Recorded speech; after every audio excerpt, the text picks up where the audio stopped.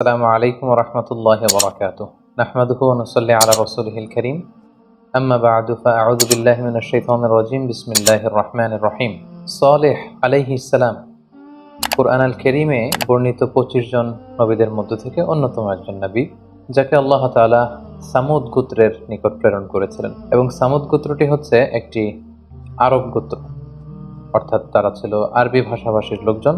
সেই হিসেবে সালেহ আলাইহিস সালাম তিনি নিজেও একজন আরবি ভাষাভাষী প্রফেট বা নবী।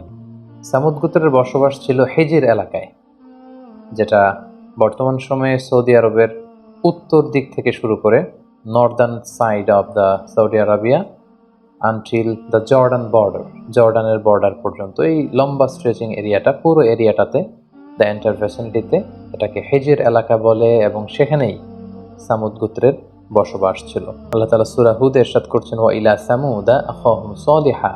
সামুদ গোত্রের নিকট আল্লাহ তাআলা সালেহ আলাইহিস সালামকে নবী করে প্রেরণ করেছেন। এবং সূরাতুল হিজর আল্লাহ তাআলা ইরশাদ করছেন, ওয়ালাকাদ কাযযাবা আসহাবুল হিজরিল মুরসালিন। আসহাবুল হিজর অর্থাৎ হিজর এলাকায় যারা বসবাস করত তারা রাসূলদেরকে অস্বীকার করেছে। এবং হিজর এলাকায় বসবাস করতে এই সামুদ গোত্র।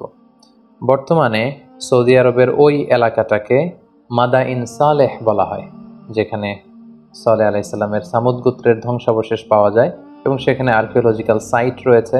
কেউ কেউ বলছেন এখানে প্রত্নতাত্ত্বিক যেই ধ্বংসাবশেষ রয়েছে এগুলো হচ্ছে নাবাতিন একটা নেশন ছিল তাদের। কোনো কোনো গবেষকদের দাবি যে না, এটা হচ্ছে সামুদ গোত্রের যে ধ্বংসাবশেষ, এটাই হচ্ছে সেই ধ্বংসাবশেষ।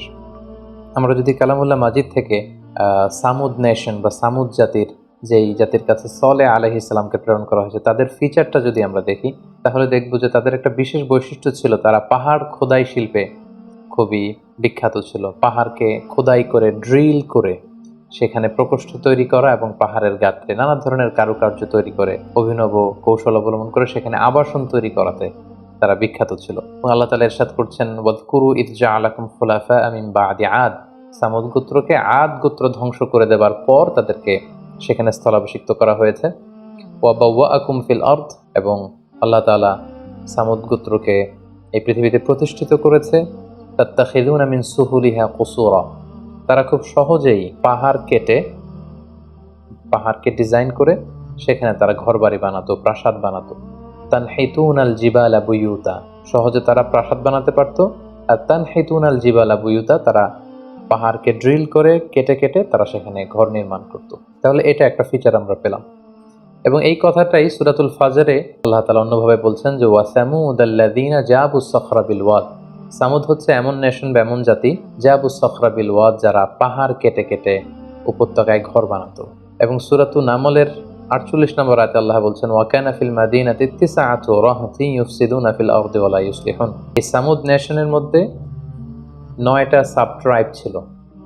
এই সাব ট্রাইবের লোকেরা বা এদের লিডারগুলো তারা পৃথিবীতে ফাসাদ সৃষ্টি করত, তারা কোনো ভালো কাজ এলাকায় করতো না। তাহলে বেসিকলি এই 3টি ফিচার আমরা পাই, যে তারা পাহাড় খোদাই শিল্পে পারদর্শী ছিল, পাহাড় কেটে প্রকোষ্ঠ তৈরি করত, এবং পাহাড়ের গাত্রে কারুকার্য খচিত করার অভিনব কৌশল তারা আবিষ্কার করেছিল। বিভিন্ন উপত্যকায় তারা পাহাড় কেটে কেটে আবাসন তৈরি করত।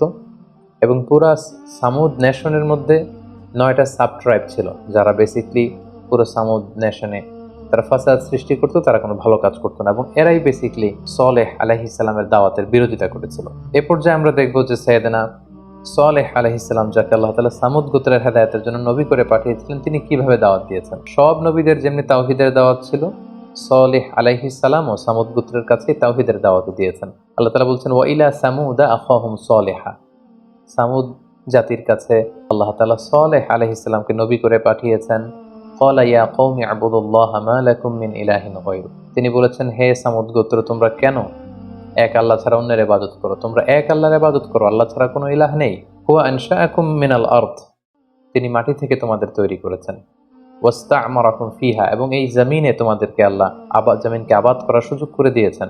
ফাস্তাগফিরুহ, তোমাদের কৃতকর্মের জন্য, তোমাদের শিরকি কার্যকলাপের জন্য আল্লাহর কাছে ক্ষমা চাও। সুম্মা তুবু ইলাইহি, আল্লাহর দিকে তোমরা ফিরে আসো। ইন্না রাব্বি করিবুম মুজিব, নিশ্চয় আল্লাহ তাআলা তিনি তোমাদের অত্যন্ত নিকটে, ডাক দিলেই তিনি ডাকে সাড়া দেন। তিনি তোমাদের খুবই কাছে এবং তিনি মুজিব, ডাকলেই তার ডাকে তিনি সাড়া দিয়ে থাকেন। তাহলে এভাবে সব নবীদের দাওয়াতি মিশন ছিল তাওহীদ, আমরা বলেছি উনি ওই তাওহীদের দাওয়াত সামুদ গোত্রের কাছে পেশ করলেন। সূরাতুশ শুআরার 143 নম্বর আয়াতে আল্লাহ তাআলা আরো বলছেন যে কিভাবে তিনি দাওয়াত দিতেন সামুদ গোত্রের কাছে। ইয ক্বালা লাহুম আখুহুম সালেহ আলা তাত্তাকুন, তিনি বলেছেন যে হে সামুদ গোত্র, তোমরা কি আল্লাহকে ভয় করবে না? ইন্নী লাকুম রাসূলুন আমিন, আমি আল্লাহ তাআলার পক্ষ থেকে বিশ্বস্ত রাসূল হয়ে তোমাদের কাছে প্রেরিত হয়েছি। ফাত্তাকুল্লাহ, তাই তোমরা আল্লাহকে ভয় করো। ওয়া আতিউন, আর আমি রাসূল হিসেবে আমার আনুগত্য করো। ওয়া মা আসআলুকুম আলাইহি মিন আজর, আমি তো কোনো প্রতিদান তোমাদের কাছে চাচ্ছি না। ইন আজরিয়া ইল্লা আলা রাব্বিল আলামিন, প্রতিদান নেব আমি আল্লাহর কাছে। আতুতরাকুনা ফিমা হাহুনা আমিনিন, তোমরা কি ভাবছো এখন যে আরামায়েশে তোমরা আছো তোমরা এভাবেই থাকবে, কেউ তোমাদের পাকড়াও করতে পারবে না? ফি জান্নাতিন ওয়া আয়ুন, আল্লাহ তাআলা তোমাদেরকে অনেক বাগান দিয়েছেন, ঝর্ণা দিয়েছেন, নদী দিয়েছেন। ওয়া জুরু, এবং তিনি চাষযোগ্য অনেক জমি দিয়েছেন, ফসল তোমাদেরকে দিয়েছেন। ওয়া নাখলিন তালউহা হাদিম, আর থোকায় থোকায় ডাল ভর্তি খেজুর গাছে খেজুর তিনি তোমাদেরকে দিয়েছেন। অর্থাৎ নাজ নেয়ামতের যত উপকরণ হতে পারে সব তিনি তোমাদের দিয়েছেন। ওয়া তানহিতুনা মিনাল জিবালি বুয়ুতান ফারিহিন, আর তোমরা অত্যন্ত সুকৌশলে তোমরা পাহাড় কেটে কেটে ঘর বানাতে পারো, প্রাসাদ নির্মাণ করতে পারো, আবাসনের কাজ তোমরা করতে পারো। এই নাজ নেয়ামত যে আল্লাহ তাআলা তোমাদেরকে দিয়েছেন, তোমরা সে আল্লাহর ইবাদতের দিকে ফিরে আসো, তার কাছে ক্ষমা চাও, এক আল্লাহর দাসে পরিণত হও। তাহলে বেসিক্যালি আমরা দেখলাম যে সব নবীদের দাওয়াতি যে পদ্ধতি ছিল, সাইয়েদনা সালেহ আলাইহিস সালামও ঠিক একই পদ্ধতিতে তিনি সামুদ গোত্রের কাছে তাওহীদের দাওয়াতের বাণী তিনি পেশ করেছেন।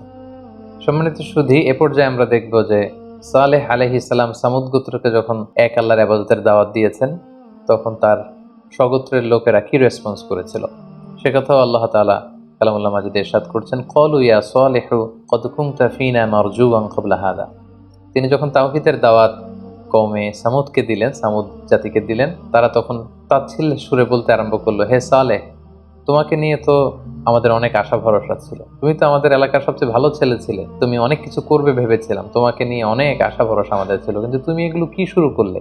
তুমি কিসের দাওয়াত দিচ্ছ? আতানহানা আন না'বুদা মা ইয়া'বুদু আবাউনা, আমাদের পিতৃপুরুষরা যে ইবাদত করত, যে মূর্তির পূজা করত, সেটা থেকে তুমি আমাদেরকে বারণ করতে এসেছো। ওয়া ইন্নানা লাফি শাক্কিম মিম্মা তাদউনা ইলাইহি মুরিব, আর তুমি যে দাওয়াত দিচ্ছ আমরা সে দাওয়াতে বিশ্বাস করি না, আমাদের ডাউট হয়, সন্দেহ হয়, তোমার কথা আমরা মেনে নিতে পারছি না। এভাবে তাচ্ছিল্যের সুরে তারা সাইয়েদনা সালেহ আলাইহিস সালামের কথাকে প্রত্যাখ্যান করেছে। শুধু তাই নয়, তারা সালেহ আলাইহিস সালামকে পাগল বলে অভিহিত করেছে, জাদুগ্রস্ত বলে অভিহিত করেছে। ক্বালু ইন্নামা আনতা মিনাল মুসাহহারিন, হে সালেহ, আমার মনে হয় যে তুমি জাদুগ্রস্ত, কেউ তোমাকে ব্ল্যাক ম্যাজিক করেছে, জাদু করেছে, আর জাদুর প্রভাবে তুমি আবুল তাবুল বকছো। এভাবে সালেহ আলাইহিস সালামকে তুচ্ছ তাচ্ছিল্যের সুরে তারা ওনার আনিত দাওয়াতকে অস্বীকার করে এবং প্রত্যাখ্যান করে। সামুদ জাতি শুধু সাইয়েদনা সালেহ আলাইহিস সালামের দাওয়াতকে প্রত্যাখ্যান করে ক্ষান্ত হয়নি, তারা ডিমান্ড করলো যে আমাদের মিরাকুলাস কিছু দেখাতে হবে, এমন অলৌকিক কিছু আমাদেরকে দেখাও যেটা দেখলে আমরা বুঝতে পারবো যে তুমি সত্যিই রাসূল। সাল্লাল্লাহু আলাইহি সাল্লাম বলল, তাহলে তোমরা কি দেখতে চাও, অলৌকিক কি দেখতে চাও যেটা দেখে তোমরা বিশ্বাস করবে যে আমি রাসূল? তারা বলল, আমাদের যে পাহাড় বেষ্টিত এলাকা, এই পাহাড়ের ভেতর থেকে একটা 10 মাসের গর্ভবতী উটনি, মানে উট বের করে আনতে হবে, এবং এই উট বের হওয়ার পরপরই উট বাচ্চা প্রসব করবে, সাথে সাথে উট দুধ দিতে আরম্ভ করবে। আমরা সেই দুধ খাওয়ার পরে বুঝতে পারবো যে আসলে এটা আল্লাহর পাঠানো মুআজিজা, সত্যিকারের উট, এবং তুমি সত্যিকারের রাসূল। সালেহ আলাইহিস সালাম বললেন, এরকম মুআজিজা যদি আল্লাহ তাআলার পক্ষ থেকে আমি এনে দেখাতে পারি, তাহলে কি তোমরা ঈমান আনবে? তারা সবাই বলল, হ্যাঁ, আমরা তাহলে ঈমান আনবো। সাইয়েদনা সালেহ আলাইহিস সালাম আল্লাহ তাআলার কাছে কায়মনো বাক্যে দোয়া করতে শুরু করলেন। তিনি বললেন, হে আল্লাহ, আপনি যদি এই মুআজিজা আমাকে দান করেন, এটা দেখে আমার জাতিগোষ্ঠী ঈমান আনবে, তারা বিশ্বাসী হয়ে যাবে, আপনি মেহেরবানি করে আমাকে এই মিরাকেল, এই অলৌকিক বিষয়টা দেখানোর ক্ষমতা দিন। আল্লাহ তাআলা জানিয়ে দিলেন যে, হে সালেহ, আমি এই মিরাকেল দেখাবো, কিন্তু এরপরে যদি তোমার জাতিগোষ্ঠী ঈমান না আনে, তাহলে কিন্তু আমি সমূলে তাদের সবাইকে ধ্বংস করে দেব। আল্লাহ তাআলা তাদের ডিমান্ড অনুযায়ী তিনি তাদেরকে এই মিরাকেল দেখালেন, পাহাড়ের ভেতর থেকে তিনি উট বের করে নিয়ে আসলেন। এবং এই কথাটি আল্লাহ তাআলা কালামুল্লাহ মাজিদে এভাবে উল্লেখ করেছেন সূরা শুআরাতে, মা আনতা ইল্লা বাশারুম মিসলুনা, তাদের জাতিগোষ্ঠীর লোকেরা তাচ্ছিল্যের সুরে বলতে শুরু করলো যে, সালেহ, তুমি কি করে আবার নবী হও? তুমি তো আমাদের মতোই রক্তে মাংসে দেখতে একই রকম মানুষ, কিভাবে তোমার শ্রেষ্ঠত্ব আমাদের উপর প্রতিষ্ঠিত হবে? কি করে তুমি নবী হবে? তুমি তো আমাদের মতোই মানুষ। ফাআতি বিআয়াতিন ইন কুনতা মিনাস সাদিকিন, তুমি যদি পারো যে নিদর্শনের কথা আমরা বলেছি এরকম উট এনে দেখাও। আল্লাহ তাআলার আদেশে হঠাৎ মুহূর্তের মধ্যেই পাহাড় ফেটে বিকট আওয়াজে একটি উটনি বের হয়ে আসলো, এবং এসেই মুহূর্তে সেই উটনিটি বাচ্চা প্রসব করলো এবং দুধ দিতে আরম্ভ করলো, এবং এত পরিমাণে দুধ দিতে আরম্ভ করলো যে এটা দ্য এন্টায়ার ভিলেজ, পুরো গ্রামবাসীদের জন্য সে দুধ যথেষ্ট হলো। আল্লাহ তাআলা এ ব্যাপারে উল্লেখ করছেন, ওয়া কওমি হাযিহি নাকাতুল্লাহ, সালেহ আলাইহিস সালাম বললেন, এই যে তোমরা মিরাকেল চেয়েছিলে, নিদর্শন চেয়েছিলে, এই হচ্ছে নিদর্শন। এটা হচ্ছে নাকাতুল্লাহ, আল্লাহ তাআলার উট। আল্লাহ তাআলা এই উটকে নিজের সাথে সম্পৃক্ত করেছেন। তিনি বলেছেন এটা নাকাতুল্লাহ, আল্লাহর উট, আল্লাহর পাঠানো বিশেষ উট। লাকুম আয়া, এটা তোমাদের জন্য নিদর্শন, মিরাকেল, মুজিজা হিসেবে আমি আল্লাহ তাআলা দিয়েছি। সাল্লাল্লাহু আলাইহি সাল্লাম বলেন, ফাদারুহা, এটাকে ছেড়ে দাও। এই উটের পথকে কখনো তোমরা আটকাবে না। তাকুল ফি আরদিল্লাহ, আল্লাহর জমিনে এটা চটে বেড়াবে, খাবে। ওয়ালা তামাসসুহা বিসু, কোনো ক্ষতি সাধন তোমরা করার চেষ্টা করবে না, সাবধান। ফায়াখুযাকুম আযাবুন করিব, তাহলে কিন্তু কঠিন আযাব তোমাদেরকে পাকড়াও করবে। অন্য আয়াতে আল্লাহ তাআলা বলছেন, সাইয়েদনা সাল্লাল্লাহু আলাইহি সাল্লাম বললেন, ক্বালা হাযিহি নাকাতুল লাহা শিরবুন ওয়া লাকুম শিরবু ইয়াউমিন মা'লুম। এই বিশেষ মুজিজা সম্বলিত উটটি যখন আসলো, এই উটটি ওই এলাকার একটি বড় কুয়া ছিল, এই কুয়ার পানি খুব বেশি বেশি করে পান করতে আরম্ভ করলো। ফলে এলাকাবাসীদের অন্যান্য যে উট পশু টশু ছিল সেগুলোর পানির সংকট দেখা দিল। তখন তারা সবাই এসে সালেহ আলাইহিস সালামকে বলল, হে সালেহ, আল্লাহর এই উট তো আমাদের পানি খেয়ে ফেলছে। তখন সালেহ আলাইহিস সালাম বললেন যে, লাহা শিরবুন ওয়া লাকুম শিরবু ইয়াউমিন মা'লুম, তাহলে তোমাদের জন্য আমি পানি খাওয়ার টাইম স্কেজুল করে দিচ্ছি। একদিন আল্লাহর এই বিশেষ উট পানি পান করবে, আরেকদিন তোমরা পানি পান করবে, কিন্তু খবরদার ওয়ালা তামাসসুহা বিসু, কোনো ক্ষতি এই উটের করবে না। তাহলে তাদের যে ডিমান্ড ছিল পাহাড়ের ভেতর থেকে উট বের করে নিয়ে আসা, উট সাথে সাথে 10 মাসের গর্ভবতী উট বের হয়ে বাচ্চা দেওয়া, সেটাও দিয়েছে, দুধ দিচ্ছে। এবং এই দৃশ্য দেখে সামুদ গোত্রের অনেক সংখ্যক লোক তারা ঈমান এনে ফেললো। কিন্তু ওই যে আগে আমরা বলেছি যে 9টি সাব ট্রাইব ছিল, তাদের অনুসারী যারা, তাদের লিডার যারা, তারা কেউই সালেহ আলাইহিস সালামের উপর ঈমান আনলো না। এবং এই দৃশ্য দেখার পরে তারা বলল, সালেহ, তুমি তো অনেক বড় জাদুকর, তুমি যদি বড় ম্যাজিশিয়ান না হও তাহলে কি করে পাহাড়ের ভেতর থেকে উট বের করে আনলে, কি করে গর্ভবতী উট আবার বাচ্চা দিল এবং সেখান থেকে আমরা দুধ খাচ্ছি। তাহলে অল্প কিছু সংখ্যক লোক ঈমান আনলো এবং বেশিরভাগই সালেহ আলাইহিস সালামের বিরোধিতা শুরু করলো এবং তাকে জাদুগ্রস্ত, তাকে বড় জাদুকর বলে আখ্যা দিতে লাগলো। এবং সালেহ আলাইহিস সালাম বললেন, খবরদার, এটা আল্লাহর পক্ষ থেকে আমানত, তোমাদের দাবিতে আমি আল্লাহর কাছে দোয়া করেছি এবং আল্লাহ তাআলা দোয়া কবুল করে এই মুজিজা দিয়েছে। খবরদার, ওয়ালা তামাসসুহা বিসু, এই উটনির সাথে তোমরা খারাপ আচরণ করবে না। ফায়াখুযাকুম আযাবু ইয়াউমিন আযীম, কঠিন শাস্তি তোমাদেরকে পাকড়াও করবে। কিন্তু তারা, যারা বকে গিয়েছিল, যারা ঈমান আনেনি, যারা সালেহ আলাইহিস সালামকে এই মুজিজা দেখার পরও বিরোধিতা করছিল, তারা সেখানেই ক্ষান্ত হয়নি। তারা প্ল্যান করলো তারা আল্লাহর এই পাঠানো বিশেষ উটকে হত্যা করবে, এই মুজিজাটিকে তারা পৃথিবী থেকে নিশ্চিহ্ন করে দেবে।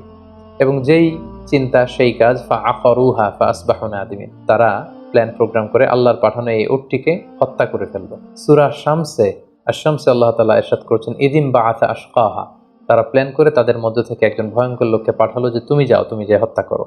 ফাকালা লাহুম রাসূলুল্লাহি নাকাতাল্লাহি ওয়া সুকিয়াহা, সালেহ আলাইহিস সালাম শেষবারের মতো বললেন, আমি আবারও বলছি, এটা আল্লাহর উট, আল্লাহর পাঠানো বিশেষ নিদর্শন বা মুজিজা, এটাকে তোমরা হত্যা করো না। কিন্তু ফাকাযযাবুহু ফাআকারুহা, তারা সালেহ আলাইহিস সালামকে অস্বীকৃতি জানালো, মিথ্যা প্রতিপন্ন করলো এবং ঠিকই তারা এই উটটিকে হত্যা করে ফেললো। আল্লাহ তাআলা বললেন, ফাদামদামা আলাইহিম রাব্বুহুম বিযামবিহিম ফাসাওয়াহা, তাদের এই পাপের কারণে আল্লাহ তাদের জন্য আযাবকে অবধারিত করলেন, তাদের উপর আযাব পাঠালেন।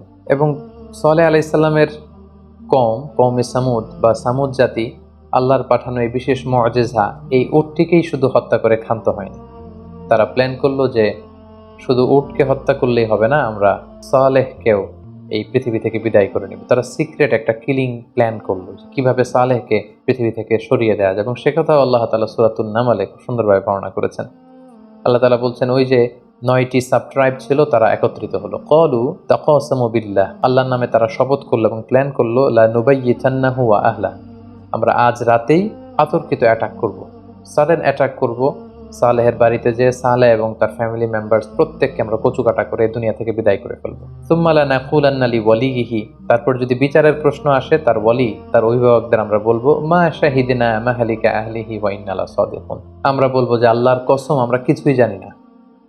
আমরা গোপনে হত্যা করে আমরা অস্বীকার করব যে আমরা কেউই কিছু জানি না, তার হত্যাকাণ্ডের ওই জায়গাটিতে আমরা উপস্থিত ছিলাম না, আর আমরা আল্লাহর কসম করে বলছি আমরা সত্যবাদী। আল্লাহ তাআলা বলছেন, ওয়া মাকারু মাকরা, তারা কৌশল করে, ওয়া মাকারনা মাকরা, আমি নিজেও আল্লাহ কৌশল করি, আর আমার কৌশল যে কতটা ভয়ঙ্কর, আমার কৌশল যে কিভাবে বাস্তবায়িত হবে তারা সেটা কল্পনাও করতে পারে না। এবং তাদের প্ল্যান অনুযায়ী ওই রাতে তারা সালেহ আলাইহিস সালামকে অ্যাটাক করবে বলে আগাতে লাগলো।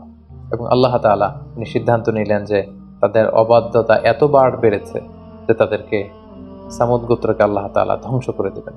তিনি সালেহ আলাইহিস সালামকে বললেন, হে সালেহ, তুমি ইমানদারদেরকে নিয়ে নিরাপদ জায়গায় সেফ জোনে চলে যাও। আমি এমন ভয়ঙ্কর আযাব এই সামুদ জাতির উপর পাঠাবো, পুরো জাতি, দ্য এন্টায়ার নেশন, তারা ধ্বংস হয়ে যাবে, নাস্তানাবুদ হয়ে যাবে। কি আযাব আল্লাহ তাআলা পাঠালেন আমরা যদি কোরআনের দিকে তাকাই তাহলে দেখব। আল্লাহ তাআলা বললেন, ফাআখাযাতহুমুর রাজফা, ভয়ঙ্কর ভূমিকম্প আল্লাহ তাআলা পাঠালেন, ডেঞ্জারাস আর্থকোয়েক। মুহূর্তের মধ্যে পুরো সামুদ গোত্র প্রচন্ড এক আওয়াজে কেঁপে উঠল, মারাত্মক ভূকম্পন শুরু হয়ে গেল।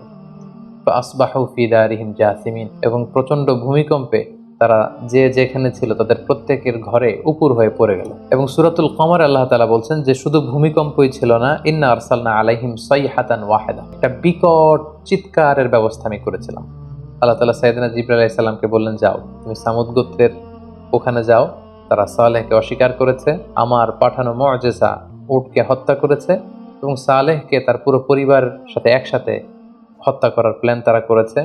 তাদের আর বেঁচে থাকবার কোনো অধিকার নেই। তুমি সামুদ গোত্রের ওখানে যে প্রচন্ড একটা চিৎকার দাও, তোমার প্রচন্ড চিৎকারের আওয়াজে সামুদ গোত্রের প্রতিটি মুশরিক যেন কানের পর্দা ফেটে ওখানেই লাশ হয়ে পড়ে যায়। এবং আল্লাহ তাআলার এই আদেশের সাথে সাথে আল্লাহ বললেন, ইন্না আরসালনা আলাইহিম সাইহাতান ওয়াহিদা, একটা চিৎকার, একটা প্রচন্ড সাউন্ড ওয়েভ, একটা প্রচন্ড বিকট আওয়াজ এবং শব্দ তরঙ্গের সৃষ্টি আমি করেছি সেই সামুদ গোত্রে। বা কানু কাহাশিমিল মুহতাদির, পুরো জাতি সেখানে ভুলুণ্ঠিত হয়ে পড়ে খেয়ে ফেলা ভুসির মতো, তৃণলতার মতো ভুসির মতো তারা হয়ে গেল। এবং আল্লাহ বললেন, ফাকাযযাবুহু ফাআকারুহা ফাদামদামা আলাইহিম রাব্বুহুম বিযামবিহিম ফাসাওয়াহা, পুরো জাতিকে আল্লাহ তাআলা এরকম ভয়ঙ্কর শাস্তি দিয়ে ধ্বংস করে দিলেন। তাহলে সামুদ জাতিকে কিভাবে আল্লাহ তাআলা ধ্বংস করলেন কোরআন থেকে যদি আমরা খুঁজি তাহলে পাবো, এক নম্বর হচ্ছে আর্থকোয়েক, যাকে আরবিতে বলা হচ্ছে আর রজফা, পুরো ভূখণ্ড জমিন একসাথে কেঁপে উঠলো। দুই নম্বর হচ্ছে সাউন্ড ওয়েভ, প্রচন্ড বিকট আওয়াজ এবং শব্দ তরঙ্গের মাধ্যমে সামুদ গোত্রের প্রতিটি মুশরিক তাদের কানের পর্দা ফেটে ওখানে লাশ হয়ে পড়ে গেল। এবং সেখানে এমন এক ভয়ঙ্কর পরিস্থিতির সৃষ্টি হলো যে সেই ধ্বংসাবশেষ দেখলে মানুষের অন্তরাত্মা কেঁপে উঠবে। পরবর্তী যুগের লোকদের জন্য কিছু জায়গা আল্লাহ তাআলা নিদর্শন হিসেবে এখনো রেখে দিয়েছেন। এবং নবম হিজরিতে আল্লাহ রাসূল সাল্লাল্লাহু আলাইহি ওয়াসাল্লাম যখন তাবুক অভিযানে গিয়েছিলেন, তাবুক যুদ্ধ থেকে ফেরার সময় তিনি এই হিজর এলাকাটাকে যখন ক্রস করছিলেন, যেটাকে মাদায়েনে সালেহ আমরা বলেছি, সালেহ আলাইহিস সালামের যে এলাকাটাতে এই সামুদ গোত্রের বসবাস ছিল, এই জায়গাটা যখন রাসূল সাল্লাল্লাহু আলাইহি ওয়াসাল্লাম সাহাবাদেরকে নিয়ে ক্রস করছিলেন, তিনি তার মাথা ঢেকে ফেলেছিলেন। রাসূল সাল্লাল্লাহু আলাইহি ওয়াসাল্লাম কাপড় দিয়ে, চাদর দিয়ে মাথা ঢেকে ফেলেছিলেন এবং তিনি তার উটনিকে খুব দ্রুত হাঁকাচ্ছিলেন, খুব দ্রুত এই গজবের এবং আযাবের জায়গাটাকে ক্রস করার জন্য রাসূল সাল্লাল্লাহু আলাইহি ওয়াসাল্লাম চাচ্ছিলেন। এবং তিনি ঘোষণা দিলেন সাহাবীদের মাঝে, সহিহ বুখারীতে এসেছে, তোমরা যদি এই আযাবের এলাকার মধ্যে এখান থেকে যদি তোমরা কেউ কোনো জায়গা থেকে কুয়া থেকে পানি নিয়ে থাকো, এই পানিগুলো ফেলে দাও। সাহাবারা বললেন, আমরা পানিগুলো ফেলে দিলাম। এবং সাহাবারা বললেন যে আমরা এই ধ্বংসাবশেষের জায়গাতে এখান থেকে কিছু পানি নিয়ে আটা দিয়ে খামির বানিয়েছি। রাসূল সাল্লাল্লাহু আলাইহি ওয়াসাল্লাম বললেন, এই খামিরগুলো তোমরা খাবে না, আটার এই খামিরগুলো তোমাদের উটগুলোকে খাইয়ে ফেলো, কারণ এটা গজবের জায়গা। তোমরা কখনো যদি এই সামুদ গোত্রের এই ধ্বংসাবশেষের এই জায়গা পাশ দিয়ে যদি তোমরা যাও, তোমরা কান্নার একটা ভাব করে যাবে, কান্না কান্না ভাব নিয়ে যাবে যে আল্লাহ, আমাদের পাপের কারণে তুমি আমাদেরকে এভাবে ধ্বংস করে দিও না। এবং সেই ধ্বংসের জায়গা থেকে তোমরা শিক্ষা নেওয়ার চেষ্টা করবে। এবং রাসূল সাল্লাল্লাহু আলাইহি ওয়াসাল্লাম বললেন, তোমরা সেই পানিগুলো ফেলে দাও, ওটের যেই আটা দিয়ে তোমরা খামির তৈরি করেছো এগুলো নিজেরা না খেয়ে উটগুলোকে খাওয়াও। এবং সেই নাকাতুল্লাহ, আল্লাহর পাঠানো সেই মিরাকুলাস যে ক্যামেল, সেই উটনি যেই কুয়া থেকে পানি খেত, আমরা সেখান থেকে পানি খাবো। রাসূল সাল্লাল্লাহু আলাইহি ওয়াসাল্লাম এবং সাহাবারা সবাই সেখান থেকে তারা পানি নিলেন। এবং এভাবেই রাসূল সাল্লাল্লাহু আলাইহি ওয়াসাল্লাম তাবুক যুদ্ধ থেকে ফেরার সময় এই জায়গাটিতে খুব ভীত সন্ত্রস্ত ভাবে আল্লাহর কাছে পানা চাইতে চাইতে এই জায়গাটিকে তিনি ক্রস করলেন। সম্মানিত সুধী, আরেকটি মাইটি নেশনের ধ্বংস আমরা জানতে পারলাম। সালেহ আলাইহিস সালামকে যে সামুদ গোত্রের কাছে পাঠানো হলো, তারাও শক্তিশালী ছিল, পাহাড় কেটে কেটে, কতটা শক্তিশালী হলে বিশাল পাহাড় কেটে সেখানে আবাসনের ব্যবস্থা তারা করতে পারত। তারাও কিন্তু আজ পৃথিবীতে নেই, তাদের অন্যায়ের কারণে, তাদের অস্বীকৃতির কারণে, তাদের অবাধ্যতার কারণে আল্লাহ তাআলা পুরো জাতিকে সমূলে ধ্বংস করে দিয়েছে। এই সামুদ জাতি এবং সালেহ আলাইহিস সালামের এই পুরো ঘটনা প্রবাহ থেকে আমরা যদি আমাদের জীবনের জন্য কিছু লাইফ লেসন খুঁজতে চাই, তাহলে প্রথমে যে লাইফ লেসনটি আমরা পাই সেটি হচ্ছে, আল্লাহ তাআলা নবীদেরকে মুআজিজা দিয়ে থাকেন, অলৌকিক জিনিস দিয়ে থাকেন, যেটা দিয়ে ওনার প্রফেটহুডকে উনি প্রমাণ করতে পারেন যে এই যে দেখো, এই অলৌকিক বিষয়টি আমি আল্লাহ তাআলার কাছ থেকে এনেছি এবং এটাই প্রমাণ করে যে আমি নবী। এই মিরাকেল আল্লাহ সহজে দিতে চান না, কিন্তু যদি কোনো জাতিকে দেখানোর জন্য আল্লাহ কোনো মিরাকুলাস জিনিস পাঠান, মুআজিজা পাঠান, আর সেই মুআজিজা দেখার পরেও যদি তারা নবীকে স্বীকার না করে, আল্লাহ তাআলার ইবাদতে ফিরে না আসে, তখন সেই জাতিকে ধ্বংস করে দেয় আল্লাহর জন্য অবধারিত আল্লাহ করে ফেলেছেন। এবং সামুদ গোত্রের ক্ষেত্রে সেটাই হয়েছে, তাদের জন্য শাস্তি অবধারিত হয়েছে। 2 নম্বর যে শিক্ষাটা আমরা পাই, তাদের অবাধ্যতা এবং ঔদ্ধত্য এতটা মাত্রা ছাড়িয়েছে যে গজব তাদের জন্য অবধারিত হয়েছে। তারা শুধুমাত্র শিরক করেই ক্ষান্ত হয়নি। আমরা যদি পুরো সামুদ জাতির অ্যাটিটিউড নিয়ে অ্যানালাইসিস করি, তাহলে দেখব তারা কেবল শিরক করেই ক্ষান্ত হয়নি, তারা কেবলমাত্র সালেহ আলাইহিস সালামের দাওয়াতকেই প্রত্যাখ্যান করেনি, তারা নবীর সাথে দেয়া প্রমিসকে ভঙ্গ করেছে। তাদের ডিমান্ডের কারণেই সালেহ আলাইহিস সালাম দোয়া করে এই উট নিয়ে এনেছিলেন। তারা প্রথম যে অন্যায়টি করেছে সেটা হচ্ছে সালেহ আলাইহিস সালামের সাথে কৃত ওয়াদা ভঙ্গ করেছে। তারা বলেছিল, তুমি যদি পাহাড় থেকে উট বের করে আনতে পারো, এটা দেখলে আমরা ঈমান আনবো। তারা ঈমান আনেনি। শুধু এখানেই ক্ষান্ত হয়নি, তারা আল্লাহর পাঠানো মুআজিজা এই উটনিকে হত্যা করেছে। শুধু সেটাই নয়, তারা সালেহ আলাইহিস সালামকে রাত্রিবেলা গোপনে হত্যার ষড়যন্ত্র করেছে। এজন্য তাদের উপর আযাব এবং গজব পাঠানো আল্লাহ অবধারিত করেছেন। 3 নম্বর যে বিষয়টি আমরা এই ঘটনা থেকে শিখতে পারি সেটা হচ্ছে, পৃথিবীর বিভিন্ন প্রান্তে আল্লাহ তাআলা অনেক মাইটি নেশন, শক্তিশালী অনেক জাতিকে তাদের অবাধ্যতার কারণে, শিরকের কারণে আল্লাহ তাআলা ধ্বংস করেছেন। আমরা যদি জর্ডানে যাই, আমরা সেখানে ডেড সি দেখতে পাবো, যেখানে লূত আলাইহিস সালামের কওমদের পাপ কাজের কারণে আল্লাহ তাআলা তাদের ধ্বংস করে দিয়েছেন। আমরা যদি ইয়ামানের হাদ্রামাউতের মাঝখানে, হাদ্রামাউত এবং ওমানের মাঝখানে সেই আহকাফ এলাকাতে যাই, আমরা আদ জাতির ধ্বংসাবশেষ দেখতে পাবো।